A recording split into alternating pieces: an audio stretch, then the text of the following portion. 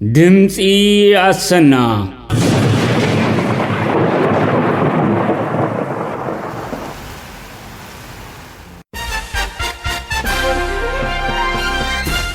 كبرات تخاتلت دمص سنا لوخ إرترا أب أديس أبابا قنيو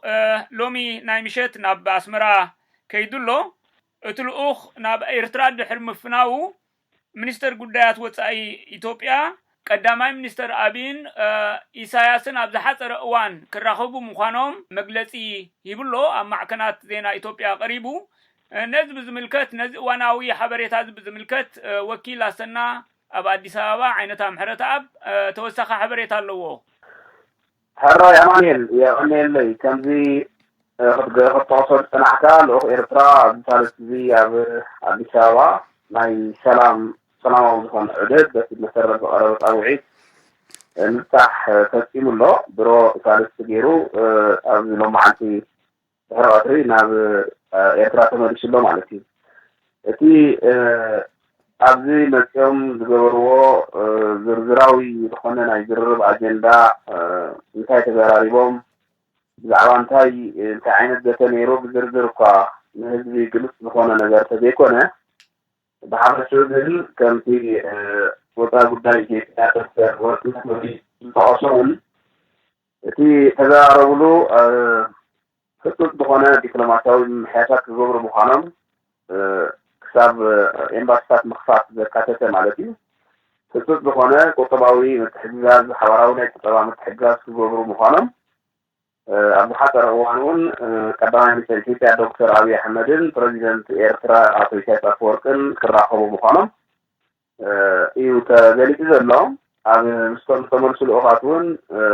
ببدأ من بريزيدنت إسياس كمثلاته إيو تذلك زلهم أسكار حجي ዋናው የውይይታችን ማጠንጠኛ ይሄን ግንኙነት ወደ ኖርማላይዜሽን የምንቀይርበትን በቀጣይ በዲፕሎማቲክ ዘርፉ ምናረጋቸውን ግንኙነቶች ኤምባሲዎችን እንደገና የመክፈት ዲፕሎማቶቻችንን እንደገና የማገናኘት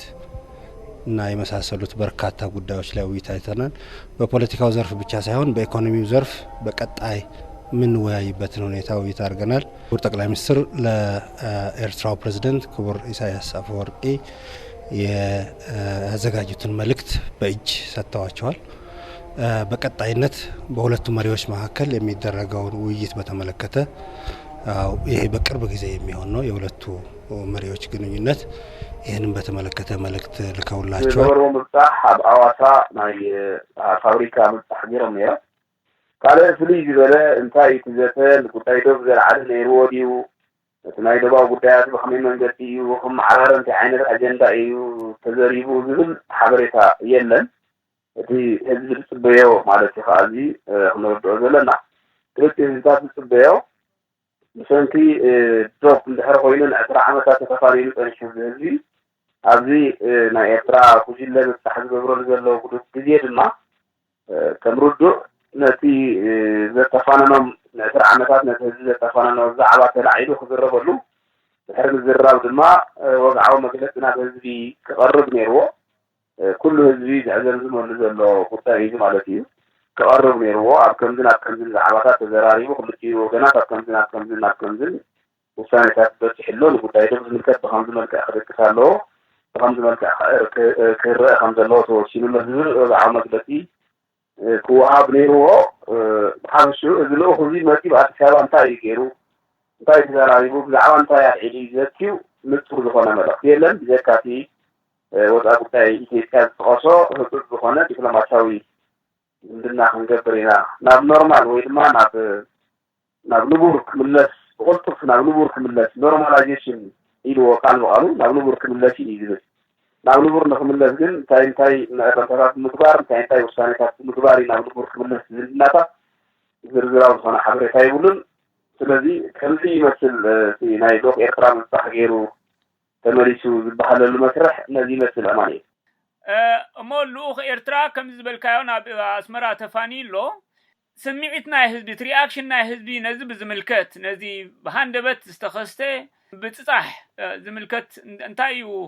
ሪኣክሽን ናይቲ ህዝቢ هو أمانيل حجة خمسة قديم خجلت الفترة نحكو إتلوه بتيجي تماريس الله እንታይ ይዘት ግን ንጹር ኣይኮነን ሽፉን ዝኾነ ማለት ሕጂ ክንርድኦ ዘለና እቲ ኣብ ውሽጢ ተዘርበ ዘተን እቲ ናብ ሚድያ ዝወፅእን ሓደ ድዩ ናይ ብሓቂ እቲ ናብ ንቡር ንምምላስ ኣብ ሓፂር እዋን ክንፅዕሪና ዝብሎ ዘሎ ብሓቂ እቲ ዘሎ ፀገማት ተኣሊሉ ክትግበር እንታይ ቅድሚ ኩነታት እዩ ዘሎ ንጹር ስለ ዘይኮነ እቲ ህዝቢ ሓደ ንጹር ዝኾነ ነገር ኣይረኸበን ዘሎ ብኡ መንፅር ድማ ትግብረ መልሲ ናይቲ ህዝቢ ዋላ እኳ ነቲ ህዝቢ ርእይቱ ክህብ ዕድል ዝህብ ዓይነት ሃዋህው እንተዘይተፈጥረ እንተዘየሎ ግን ከዓ ዝተፈላለዩ ኣብዚ ዓዲ ስለ ዘለና ዝተፈላለዩ መንገዲ ክትሪኦ ከለካ ንጹር ዝኾነ ሰላም ብጡር ነፍሱ ኢልካ ሰላም ይደሎ ንጹር ዝኾነ ነገር የለን ብዓብዩ ግን ኣብ እዚ ልኡኽ ናይ ኤርትራ ኣብ ኣዋሳ ማለት ደቡብ ናይ ደቡባዊ ክልል ርእሰ ከተማ ምብፃሕ ገይሩ ንሓደ ፋብሪካ በፂሑ ከም ተዓዘበ እዩ ዘሎ ሓበሬታ ጎኑ ሕጂ እቲ ዝበዝሐ ክፋል ኤርትራ ዝታወቅ ክልል ትግራይ እቲ ብኩሉ ነገራቱ ምስ ህዝብና ምትእስሳር ዘሎ ባህላውን ታሪኻውን ምትእስሳር ዘሎ ክልል ትግራይ ሙሉእ ሰላም ሙሉእ ዕርቂ ንክኸውን እንተኮይኑ ናብኡ ዘይምብፅሑ ትልኡኽ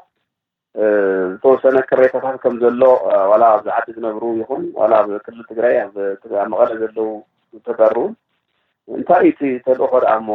ብኸመይ ሙሉእ ዕርቂ ክኸውን ዝብል ኮምፕሌን ወይ ድማ ከምዚ ደስ ናይ ዘይብል ስምዒታት ከም ዘሎ ክርዳእ ክኢለ ኣለኹ ኣነ ሊበራል ኮይነ ክዕዘቦ ከለኹ ማለት እዩ ሕጂ እቲ መልእኽቲ እቲ ልኡኽ ናይ ኤርትራ ሙሉእ ዕርቂ ሙሉእ ሰላም ክገብር ተኮይኑ ዝበዝሐ ክፋል ናይ ኢትዮጵያ ኩናት ዝነበሮ ዝበዝሐ ዶባት ናይ ምስ ኤርትራ ዝራኸብ ህዝቢ ትግራይ እዩ ናብ ህዝቢ ትግራይ ክበፅሑ ድማ ከም ትፅቢቱ ነይሩ እዩ ኤክስፔክቴሽን ነይሩዎ እዩ እቲ ህዝቢ ይመስለኒ ከይበፅሑ ምኻዶም ኳዳ ብኣንጻሩ ኣብ ደቡብ ወገን በፂሖም ምኻዶም ኣብቲ ነባሪ ወይ ድማ ኣብቲ ዜጋ ብፍላይ ኣብቲ ትግራዋይ ፅቡቅ ስምዒት ኣይፈጠረን ኣሎ ግን ኣብ መወዳእትኡ ብኸመይ ይኽእረም ንምንታይ ከም ዘይተገብረ እቲ መንግስቲ ናቱ ገዛእ ርእሱ ዝኸኣለ መግለፂ ይህበሉ ይኸውን ዝብል ግምት ኣለኒ ሕራይ ብጣዕሚ የቐኒልና ወኪል ላሰና ብኣዲስ ኣበባ ስለቲ ሓበሬታ ደጊመ ብሰም ተኸታተልቲ ድምፂ ሰና መስግነካ ቴንኪዩ ዓይነታ ሕራይ ማንኤል ኣሁን ብሩክ ምሸት